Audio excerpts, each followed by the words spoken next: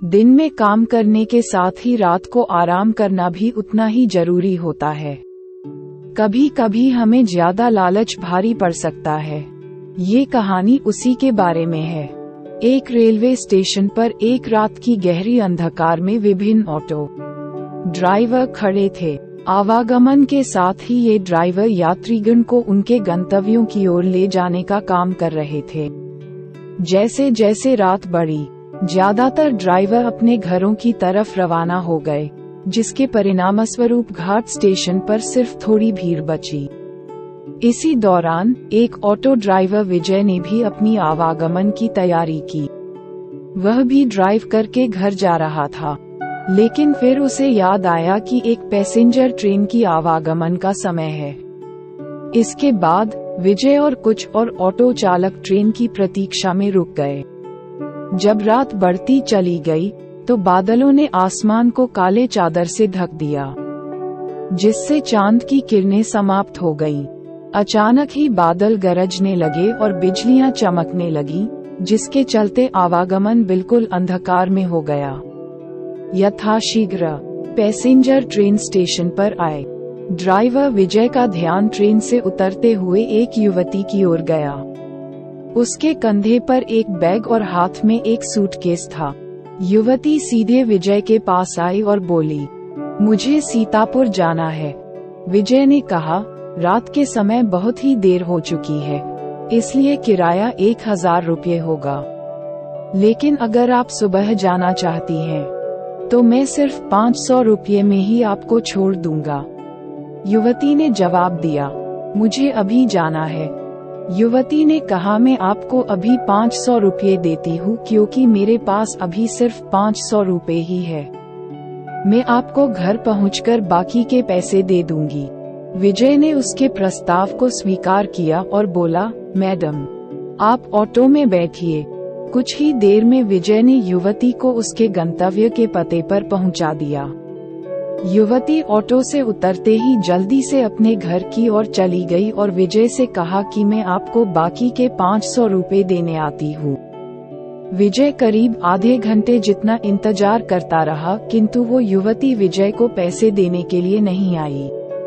अब विजय ने सोचा कि मुझे देर हो रही है, क्यों ना मैं उस युवती के घर पे जाकर पैसे ले लूं। वो उसके घर चला गया। घर का दरवाजा एक बुढ़िया ने खोला।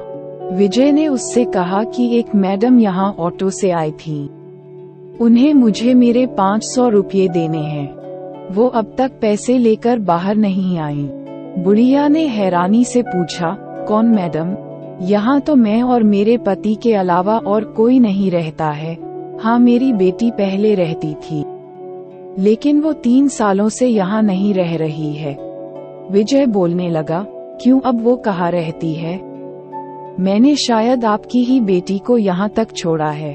आप एक बार अच्छे से देखिए। बातों ही बातों में विजय की नजर सामने दीवार पर गई। वहाँ उसी लड़की की तस्वीर लगी हुई थी, जिसे वो ऑटो में बैठा कर लाया था। विजय ने बुढ़िया से पूछा, वो दीवार पर जिसकी तस्वीर लगी है, वो आपकी बेटी है? बुढ़िया ने जवाब दिया, हाँ, वो ही मेरी बेटी है। क्यों, क्या हुआ? तुम ऐसे क्यों पूछ रहे हो?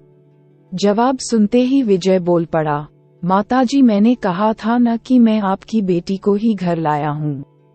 यही मेरे साथ ऑटो में बैठकर आई थी। आप अब जल्दी से मेरे पैसे दे दीजिए। देखिए, सुबह भी हो गई है, मैं कब से यही खड़ा हूँ। बुढ़िया ने दुखी मन से कहा, बेटा, ऐसा नहीं हो सकता। हाँ, ये मेरी बेटी है, लेकिन 3 साल पहले ये ट्रेन के नीचे आकर मर चुकी है। इसे तुम कैसे घर ला सकते हो? ये सुनते ही विजय के होश उड़ गए। वो तेजी से वहां से भागा। जैसे ही वो ऑटो के पास पहुंचा, तो देखा कि उसकी सीट में 500 रुपये रखे हुए थे। उसने वो पैसे भगवान के सामने रखे और मंत्र का जाप करते हुए आगे की ओर बढ़ गया। उसके मन में हुआ कि आज तो सवारी बैठाने और पैसेंजर ट्रेन के लालच में मेरी जान जाते जाते बची है। उस दिन से विजय ने रात को ऑटो चलाना ही बंद कर दिया।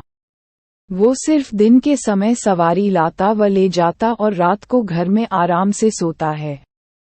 मॉरल: दिन में काम करने के साथ ही रात को आराम करना भी उतना ही जरूरी होता है।